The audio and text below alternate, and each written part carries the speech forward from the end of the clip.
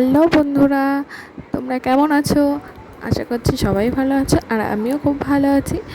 আজকে আমার একটা নতুন রেসিপি নিয়ে এসেছি, তো ইলিশ মাছের রেসিপি। তো আজকে কিন্তু সর্ষে ইলিশ করব না, একটু অন্যরকমভাবে। তো প্রথমে আমি ইলিশ মাছটা ধুয়ে নিয়েছি, ধুয়ে লবণ হলুদ মাখিয়ে নিয়েছি, তারপরে কিন্তু ভেজে নিচ্ছি। ইলিশ মাছ যদিও বেশি কড়া করে ভাজলে ভালো লাগে না, তো আমি হালকা করে ভেজে নেব।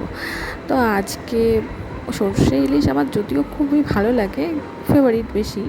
তা মনে হলো যে আজকে একটু আলু বেগুন দিয়ে পাতলা ঝোল বানাই। তো এটা কিন্তু যতটা সহজ বানানো ততটাই সুস্বাদু খেতে।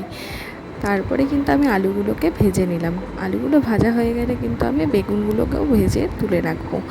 বেগুনগুলো ভাজা হয়ে গেলে তারপরে নামিয়ে নেব।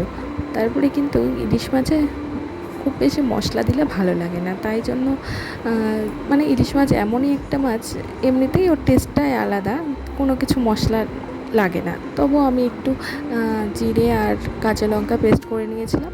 তারপরে আমি কড়াইতে তেল গরম করে ফোড়নে দিয়েছিলাম কালো জিরে আর কয়েকটা জিরা কাঁচা লঙ্কা।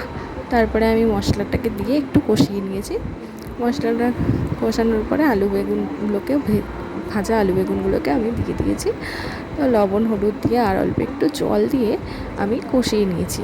তো খুব ভালোভাবে কষানো হয়ে গেলে আমি কিন্তু জল দিয়ে দিয়েছি। জল দেওয়ার পরে যখন ঝোলটা একটু ফুটে আসবে তখন আমি মাছগুলোকে দিয়ে দেবো। আমি কিন্তু আগে থেকে জলটা গরম করে রেখেছিলাম। তো জল গরম করে রাখলে তরকারির টেস্টটা কিন্তু ভালো হয়। তারপরে আমি গরম জলটা দিয়ে দিয়েছি পরিমাণ মতো।